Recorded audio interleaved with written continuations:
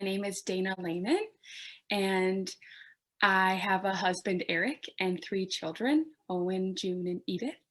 And we've been attending Sanctuary for over 10 years. We started when we were downtown in the rec center way back when. So it's been a whole year since the pandemic started. And reflecting on the time in the beginning, it was the like kind of like weird panic excitement of what's going to happen and what is our family going to do. And now I look back and it's like so cute because like I made a schedule for my family, like a daily schedule where it was like 8 o'clock, we're gonna have breakfast and then we're gonna do this. It's so cute now. I hope I like kept it so I can like look back and say, wow, look at this cute thing that lasted for maybe a week. And even when I told my kids about it, they all started to cry. So it really started off with a great bang. Before the pandemic, I was yes to everything. Yes, I will volunteer. Yes, I will show up. Yes, I love to get coffee. Yes, I love to do all those things. And genuinely, I love doing those things. And when the pandemic hit, I didn't allow myself to feel sad about that because I was like, okay, I have to move on and I have new things I have to work on. That was a great coping mechanism for the first half of the pandemic for me. And it worked and it was fine. And we all had a good time, except for me, I think the whole time.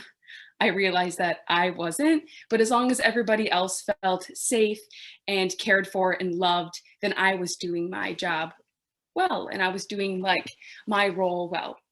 And then after the holidays, I had to kind of get real with myself. I think I got wore out of busying myself with all of these roles and trying to upkeep everything.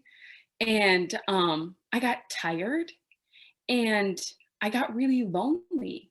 I think that I um, busied myself so much so that I didn't have to realize how alone I actually felt.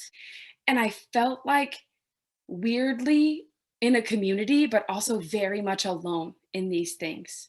When before I would turn to my community and say, what do I do? Where do I go? What should I do next? I felt like I didn't have that as an option. And so I was the only option I had left. And I think up until this year, I didn't trust myself to be my option. One of the big things with like my faith is that I kept being like, Jesus, where are you? Where are you? All year. Like everything felt big and scary and hard. And I was just like, where are you? Where are you? And I think in that I was too busy to really be still and know. So when I quieted, it was the like narrative as always, like, oh, Jesus was right here.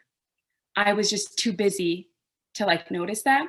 And I think a lot of it was like I really had to experience being lonely to know that I wasn't alone. Was kind of like that big movement in that like the like loneliness of just being with myself and like being afraid of it just being myself was like a thing that I had to overcome and to be like